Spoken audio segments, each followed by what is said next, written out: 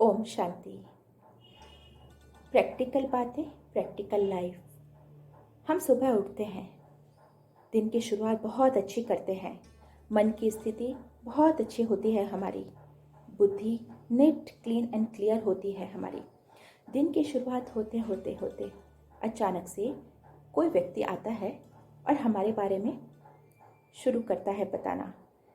आपके बारे में फलाना व्यक्ति वो कह रहा था, आपके बारे में फलाने व्यक्ति ऐसी बातें कर रहे थे, फलाने व्यक्ति आपके बारे में ऐसी राय रख रहे थे, आपने उस वक्त ऐसी बातें कही थी ना, तो उसके पीठ पीछे आपके बारे में ये बातें हो रही थी। बहुत सारी बातें हमारे सामने वो व्यक्ति रख कर जाता है और साथ में क्या कहता है, अरे मैं आपका वेल विशर हूँ, मैं आपके बारे में बहुत अच्छा सोचता हूँ, इसीलिए मैं आपको बता रही हूँ। वो व्यक्ति बताकर चला जाता है। उसके बाद क्या होता है, सोचिए क्या होता है उसके बाद हम बार बार उस व्यक्ति की कही बातों पर विचार करते रहते हैं, उसका सागर मंथन करते रहते हैं और ऐसा नेगेटिव मंथन करके मक्खन निकालते हैं कि हमारे मन की स्थिति हम खुद ही डाउन कर देते हैं। बार बार अपने स्वभाव के बारे में प्रश्न उठाते हैं कि सच में लोग बोल रहे थे मेरे बारे में वो सच है, लोग मेरे बारे में राय रख रहे थे वो राय सच है, क्या मैं ऐसी हूँ, क्या मैं वैसी हूँ, क्या मैंने गलत बोला था। न जाने कितनी बातें हम अपने लिए बता देते हैं, बना लेते हैं। क्या होता है, जैसे 32 दांत हैं, 32 दांतों में 2 दांतों के बीच में कोई धनिए का टुकड़ा फंस जाए तो क्या होता है, सारा दिन हमारी जीभ उस फंसे हुए टुकड़े को निकालने की मेहनत करती रहती है। बाकी के दांतों पर ध्यान हटाकर जीभ उन 2 दांतों के बीच में ही निकालने की मेहनत करती रहती है।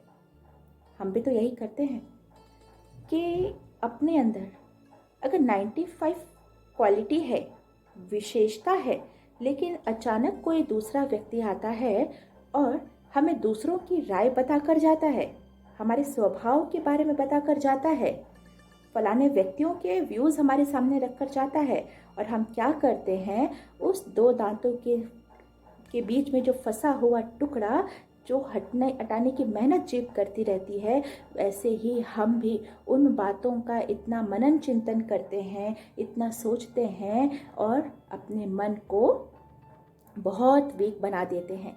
प्रैक्टिकल लाइफ में क्या होना चाहिए, लोग तो हमारे बारे में ऐसा सोचेंगे, वैसा सोचेंगे, जैसे वो स्वयं है, जैसे वो खुद है।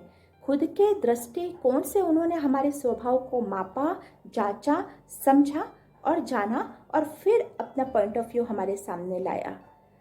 लेकिन मैं कैसी हूँ, मेरा मन कैसा है, मेरी भावनाएं कैसी हैं, मेरी वृत्ति कैसी है, वो कौन जानता है।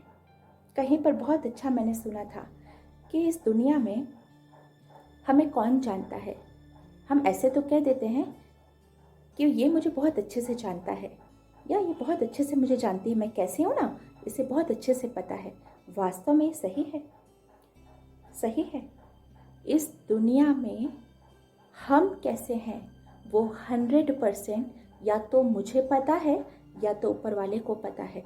बाकी इस दुनिया में किसी तीसरे व्यक्ति को हम कैसे हैं वो पता ही नहीं है। और जितना भी उस व्यक्ति को हमारे बारे में पता है वो उसके दृष्टिकोण से पता है, उसके पॉइंट ऑफ व्यू से उसने हमारे स्वभाव को जज किया है, उसने अपने पॉइंट ऑफ व्यू, अपने दृष्टिकोण, अपने नज़रिए से हमारे स्वभाव को जाना, समझा, परखा है।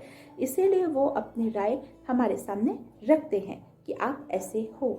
लेकिन कोई अचानक से आकर हमारे मन की स्थिति को डाउन कर दे, कोई अचानक से आकर दूसरे की बातें हमारे सामने ऐसे बताए कि हमारे मन की स्थिति डाउन हो जाए, क्या करना चाहिए, उस समय क्या करना चाहिए।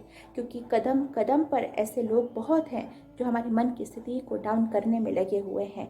काफ़ी लोग हमारे सामने आएंगे और हमें बातें बता कर जाएंगे। उस समय, उस स्थिति में क्या करना है, जब वो व्यक्ति बात करे तो उसे ऐसे ऐसे नहीं करना है, हाँ में हाँ नहीं करना है। स्टेबल माइंड से बस सुने, वो व्यक्ति जाए, उसके बाद उसकी कही हुई बातों को बुद्धि के चिंतन में या मन के चिंतन में, संकल्पों में हमें नहीं लाने देना है। इतना डिटर्मिनेशन पावर, इतनी दृढ़ता हमारे अंदर होनी चाहिए, इतनी दृढ़ता हमारे अंदर हम लाएं कि दूसरे की कही बातों का प्रभाव हमारे मन की स्थिति पर ना पड़े। दुनिया तो कहेगी और दुनिया का काम है कहना, लेकिन उसके कहे पर हम चलें या ना चलें, उसके बताए हुए राय को हम इम्पोर्टेंस दें या ना दें, वो मेरी इंडिविजुअल चॉइस होनी चाहिए, मेरी इंडिविजुअल चॉइस होनी चाहिए।